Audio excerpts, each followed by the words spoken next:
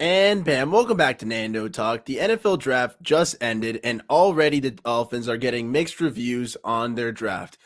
Now, me personally, I don't really care or give grades until a couple years. We have to see these players put on pads, hit the field, and actually play against NFL competition before we give them a grade or a review or whatever. But over the course of this video, we'll talk about why you should still be positive and pumped up for the new Dolphins coming in.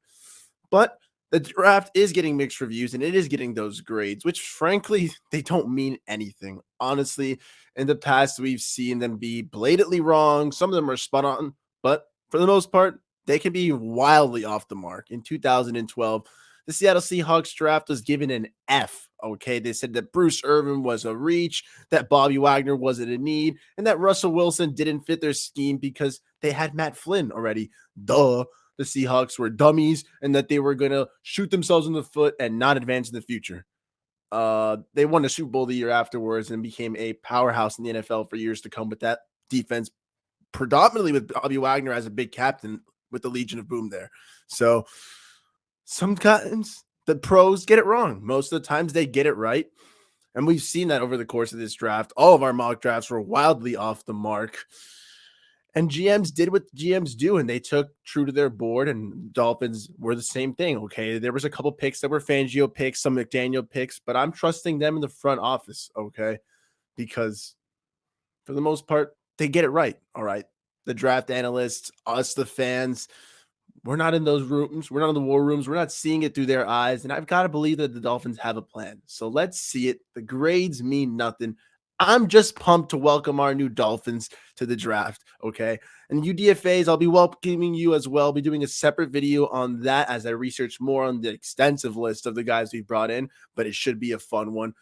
We always get some nice gems looking at you, Cater Kahoo, last year. So, hey, let's see who we can get this year. But as for the draft, I wanted to get us pumped up and positive about the guys. I know some of us are having mixed feelings, saying we had some needs. There were some head scratching picks, maybe at first glance, but everything has a plan, everything has a vision. So let's see it. Let's rock and roll with it.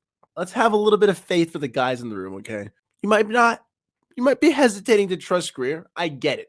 But let's trust that McDaniel went to go grab his guys. Let's trust that Fangio went out to get his dudes and they've got his last defensive pieces, that McDaniel's got in his last little toys.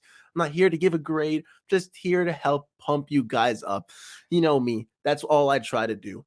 I'm all positive guy, and I hope you guys can join me for the positive vibes. So without further ado, let's go. Let's get pumped up and let's break it down, baby. Just got this new hat for my birthday last month and I forgot to show it off. So shout out my brother for getting me this. Tommy, you're the man. But back to the video. Let's go. Let's break it down, baby. In the second round, pick 51. No trading up, no trading down. Grier stuck true to the board, and he took what he believed to be was his best player available in Cam Smith, cornerback out of South Carolina. Go Gamecocks, baby. This is a guy with cornerback one level talent, all right? Maybe not a premier otherworldly freak, but with a 9.6 athletic score, great athletic grade, and he's 6'1", 180 pounds. He's pretty tall. He's got to pack on a little bit more weight, so his size grade was decent, but there's room to grow there. Literally, with an NFL weight room and conditioning, he's going to pack on that weight. Let's hope he adds a little 10, 15 pounds, and he's already got the size to hang with the best in the NFL and the speed to boot. So I'm loving that pick. Now, I know what most people are thinking. Corner, though, it's not really a position of need. We just traded for Jalen Ramsey. We have Xavier Howard, Cater Kahoo. He was doing phenomenal last year for undrafted free agent. Trill Williams is coming back to health. We're bringing back Nick Needham. What is the reasoning then in getting a guy like Cam Smith? You know, he does project to be a great player, maybe even a star, but it's not the biggest need. But the talent is there, and that's what matters. Think of their vision, okay? This is a Fangio pick. We all saw the little clip of McDaniel, a little glum and gloomy. You know, he was a little disinterested. He was much more pumped up for that Devon Achane pick. But at the end of the day, if Fangio's got his little hands all over this pick, I'm loving this, okay? If Fangio has got his mind and says, hey, Cam Smith, I know we've got a strong secondary, but I've got crazy schemes planned up. I need a whole lot of pieces, and this is the last guy we needed to rock and roll and have the final piece of the puzzle. So Fangio, you called for it. Chris Grier delivered you a good, talented corner that I'm loving to see. And if we're looking for the future, because remember, that's what the draft is about. You get young guys who play for the future. Xavier Howard, love you, bro. You're getting a little up there, though. And it might be a future replacement for Xavier Howard. Maybe for Ramsey. Who knows? Whichever corner falls off a little faster. But if last season was a sign, Xavier Howard seems to be turning the corner. He's getting, I think, upwards of 20 million next year on that contract. It's big money for a corner that's going to be older, showing signs of slowing down. And if Cam Smith is talented enough to replace him and Xavier Howard, we can move on in a year. Or if we can't restructure his contract, whatever it may be, we've now got flexibility and options with Cam Smith still keeping our secondary strong. And if not, for this year, it's going to be a masterpiece. And Xavier Howard and Jalen Ramsey get to teach this guy and get to coach him up, get any little issues out of the way. He gets to learn from two of the best cornerbacks in the NFL and just two great veterans who can just help him keep tip-top shape, have a clear mind, clear goal of keep working, keep grinding in this NFL, keep getting better. He's a player who loves physical play. He's a good press coverage corner. You know, Xavier Howard and Jalen Ramsey are loving that. So two veterans like that who can shape him up, it's going to be awesome, man. His strength is man-to-man coverage, and I love a corner who's not afraid to stick on a dude and just absolutely cover the crap out of him. Okay, lock him up. Welcome to Miami. Yes, our corner room is just deep, but hey, it's deep. It's a strength, but I'm all here for it. Let's strengthen the strength, I guess. We already did it, so rock and roll with it. Cam Smith, you're going to be a future star. This next player, though, really has some star potential, man. Devon Achane, third round pick 84.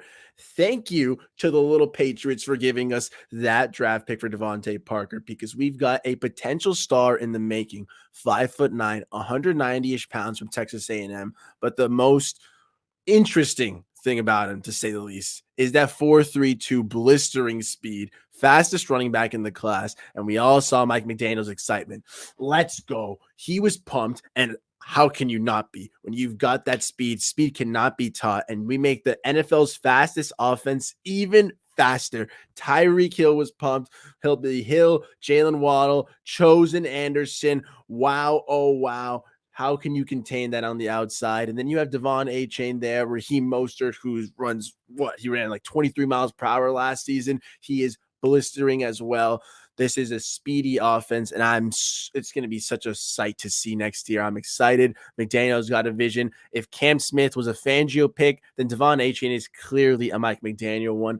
And that is a budding sign. That is a promising sign right there. That is something you want to see. Thank you, Grier, for listening to our coaches right now. That's what we need, guys who fit their plan. Okay, I get it. Some of us say we might have needed a bigger back. And Tank Bigsby did go to the Jaguars a little bit later. That was a nice bigger back who's different than the guys we currently have on the roster. But we're not done making moves maybe at running back. Devon Achane just adds another dynamic to this offense. That speed is crazy. He's young. He's cheap. And maybe he doesn't develop to be this full workhorse back, but at least downs 1 and 2, he's going to be an awesome sight to behold. Raheem Mostert and him can keep each other fresh. That's some crazy speed to contend with.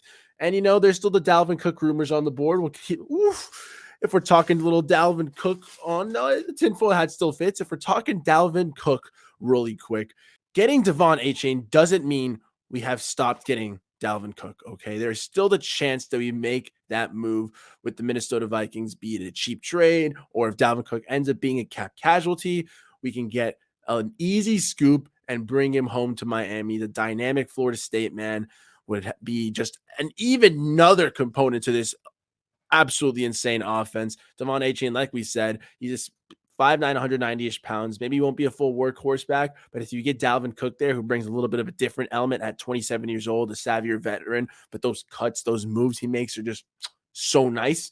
My God, you have Cook there. You have the shiftiness and speed of Achane. Hey, even Cook teaching Achane a little bit more. My God, this would be an absolutely the best offense in the NFL. Like, I already think it has the potential to be that, but with Cook there, boom, to the next level, man. Oh my God. And hey, it can happen. Miles Gaskin, Savon Ahmed, and even, you know, Jeff Wilson, who I do like. I like all our backs, but none of them are really, we're not really financially committed to them. And if we do cut them, I think before June 1st, we could save some money and that could free up some for some Dalvin Cook. So, hey, it could happen. Who knows? Who knows? But that's some little tinfoil hat talk real quick. But for Devon Achane, I do really love this back. He just gives us another weapon for McDaniel just to play around with the scheme up with. Defensive coordinators will have nightmares planning for all that speed, all of those potential little plays that McDaniel can call up. It's a dream for us. And it is cheaper than the cost of training for Derrick Henry or Cook. Cost cheaper salary wise. And, we still might get Cook, but it's very interesting to see how this Dolphins backfield keeps evolving and adjusting. And I'm excited to see what Devon Achane can grow into. If he can bulk up a bit as well, who knows? Maybe he can be a full 3-down back. And then we are cooking. Now, the next pick, at first glance, is a bit more of a head scratcher, but the Stanford man, Elijah Higgins, in the 6th round, pick 197, 6'3", 240-ish wide receiver hybrid that's turning into a tight end. The Dolphins, that is the vision of us drafting him, is to turn him into a tight end. And I get that might be a face plant for some of us saying, didn't we just try this with Gesicki? To that, I say that was a 2nd-round pick investment. In the 6th round, you can take flyers on guys like this, guys who are physical, like Elijah Higgins, who have, for all intents and purposes, some good work ethic. They don't cost as much of an investment in the 6th round, okay? I'll take the chance on a big body athletic dude who can light up a tight end. His upside is worth it. I'm trusting John Embry to develop him, okay? This is a guy that he said, hey, take a stab at tight end, and John said, we're getting you. So Elijah Higgins, welcome to the team. He seemed overjoyed when he got drafted, and he's got plenty of opportunity, okay?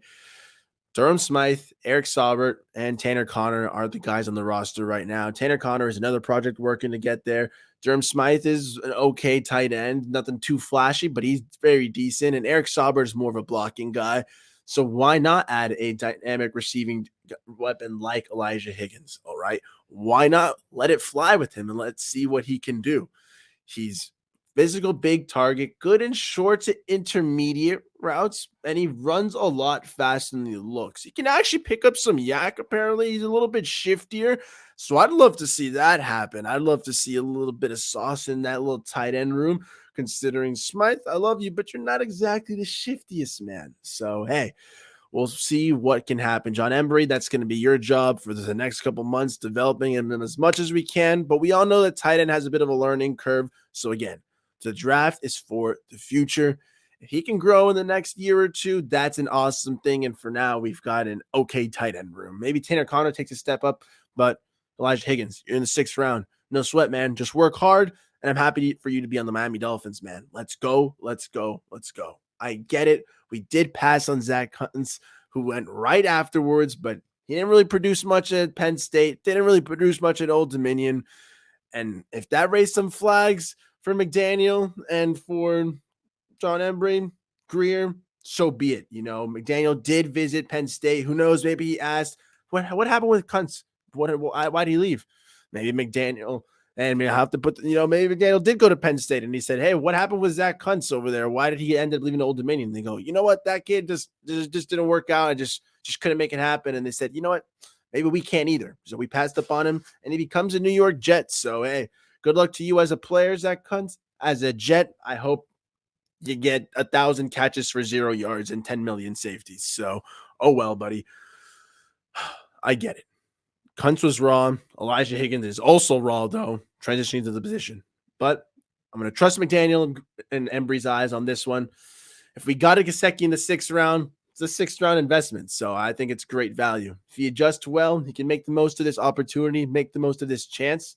He might have got a diamond in the rough, and that's what the 6th and 7th round is all about, man. And in the 7th round, you talking about diamonds in the rough. The Michigan man, Ryan Hayes, offensive tackle. He actually might project a little bit better as a guard, and we'll talk about that in a second, but he's an offensive tackle. He played 40 games at Michigan, 29 starts at left tackle, 6'6", 300-ish pounds, 5'18", 40. Good motor, man. He's pretty competitive dude. Good upper body strength. Limited on the rest of his athleticism. But hey, it's a great program up there in Michigan. I'm sorry. You got to respect it. What they've been doing the last couple of years. To have 29 starts there as a left tackle for that team shows a lot of promise and confidence there. So in the 7th round, took a stab at it. Okay. Maybe there's not too many great offensive tackles in the 7th round, but hey, offensive guard. If we kick him in there, he does have a little bit shorter arms, 32.5-inch arms. I think it's the same size as Eichenberg, which is why he was moving into guard at times. This is a 7th rounder. Okay. A little bit shorter arms. If he plays a little bit better of guard, he struggles a bit with quickness on the outside as well. That's cool with me, man. Kick him in a guard, kick him in his natural position. I know he's at least versatile enough that in a pinch he can play tackle because he's done it in college. We did have injury concerns last year, and we're planning for that for this season. Of hey, a guy who can play guard and tackle, you love to see that in the 7th round. You get some depth with who knows, maybe he develops into something even better. I'm all for that. There is still maybe we can still address the offensive tackle position. The offensive line is still an area of concern for the Miami Dolphins. Cameron Irving is someone we're looking at, and I will talk about that in a separate video when I talk about Austin Jackson and about, hey, the Dolphins they have not seemed to give up on Austin Jackson, so maybe we shouldn't either. But that's a whole nother topic with Tom. I need a whole lot more tinfoil than that. But for Ryan Hayes, I'm excited for his prospects. I'm hopeful that he can be a contributor for this Dolphins team, make the roster, and be a good dude. Let's do it, man. Take some pressure off of AJ and Eichenberg. Be some nice little flexible depth for us and allows us to focus on the right tackle a little bit more in this world where maybe even he wins. Okay, maybe he wins the left guard job. And then Eichenberg and Austin Jackson only have to worry about the little right tackle position. That sounds like an awesome world to live in. If not, he's a depth piece, man. We are a team that started Lester Cotton last year because we were that banged up. We had UDFAs along the line, Larnell Coleman coming in. Ay. It was a big mess last year because of injuries. So if at the very least it's depth, so be it. Ryan Hayes, welcome to the Miami Dolphins. Thank you. And I'm excited to have you, man. But all in all, I'm confident in this draft, bringing in some good new Dolphins. I understand it's win now mode, but the draft has always really been about the future, okay? Unless you have a first round pick, you really are drafting guys planning for the future, planning for their development. In the first round, maybe you can decide whether there's a, older dude who is more ready, a prospect who is a little bit more prepared to help you now and win. And that's cool. And we see Super Bowl contenders do that. Or you can take a very raw prospect who you hope to groom. That's fine. That's how the first round. We had a 2nd round pick, a 3rd round pick, a 6th, and a 7th for a total of 4 picks, guys. And I think we stayed true to our board, got some talent in the rounds we had, and I'm all here for it, okay? Cam Smith, corner, boom, makes our secondary that much stronger. And in the future, plans for it, any, shaping arounds of the cornerback room, we're prepared for it. Bang, orang. You talk about running back, boom, same thing. We've got an older room, a little bit patchwork guys. Devon Achane, future guy who can grow and develop with this team, and McDaniel loved it. So let's rock and roll with it. Let's ride with this guy and trust McDaniel's vision in his eyes. He's a running back guy. So, hey, the guru, let him cook. Let's let him do his job. And I get the tight end position for Elijah Higgins. No fault of his own. He seems to be a talented player. So let's give him the benefit of the doubt and let's see him hit OTAs. Let's see him hit pads. Let's see him hit preseason. Let's see him hit the season before we give a full judgment on him. And then, like I said, it's for the future. Let's watch him grow and develop. Maybe John Embry and McDaniel can make some magic happen. I'm all for letting the Stanford product grow. Elijah Higgins, welcome to the team. Same logic goes for Ryan Hayes. Let's not pretend that this is a 1st overall pick. Let's let Ryan Hayes develop and grow, and hopefully he can be a good guard. Maybe we keep him at tackle even, but probably kick him in the guard. And I think he'll be a contributor. It's a good guy to have. And welcome Michigan man Ryan Hayes to the squad. All in all, guys, be positive for the guys. Don't just go around there sitting, giving player comms, groaning about the fact that we missed this dude and passed on that. For now, let it sit a little bit. Let's see how the guys start performing in a year from now, 2 years from now, realistically 3 years from now. We can sit back and see, wow, this draft could have turned out differently this way or that way. But for now, let's let the guys develop. Let's cheer for them. Let's cheer them on. Let's cheer for their success. There's room to grow, but the Dolphins are going to be kicking some butt. You're flipping my flippers if you don't think that we're going to be doing well. The guys from last year will be developing. Some of the guys we drafted this year will develop as well. And this team is very young overall, and I expect them all, a lot of players to take some steps forward. But we'll talk about that in some future videos. At the end of the day, future Miami Dolphins, whoa, brand new Miami Dolphins. Welcome to the team. Let's not put all the pressure on them. There's an eye to the future, and let's trust the vision and the plan. So I'm going to trust McDaniel. I'm going to trust Fangio. I'm going to trust Grier as well. If you can't trust him, at least trust McDaniel and Fangio, and to keep molding this team into a Super Bowl monster. I'll see you next time for a little talk on Austin Jackson and some UDFA talks. Let me know which video you want to see first. But thank you for tuning in to Nando Talk. I hope you guys enjoyed the new hat. I just realized it was tilted this entire time when I re-put it on, but oh well, who cares? So thanks for tuning into the video. I appreciate you guys subscribing. We're at 888 subs right now. We're at 112 away from 1,000. We're almost there to the monetization. So please, if you can hit the sub, that's awesome. If not, hit the like, share it, help me connect to more Dolphins fans. It's always appreciated. And let me know what you guys think of the draft as well. What grades do you give some of our players? Well, I said don't give grades. So let me just know what you think of the draft, what you guys really feeling about it, and how I can help you feel a little bit more positive about it. So without further ado, thanks for tuning in. Hope you enjoyed the episode, and I'll see you next time. Little fins up, chins up, bang, catch you.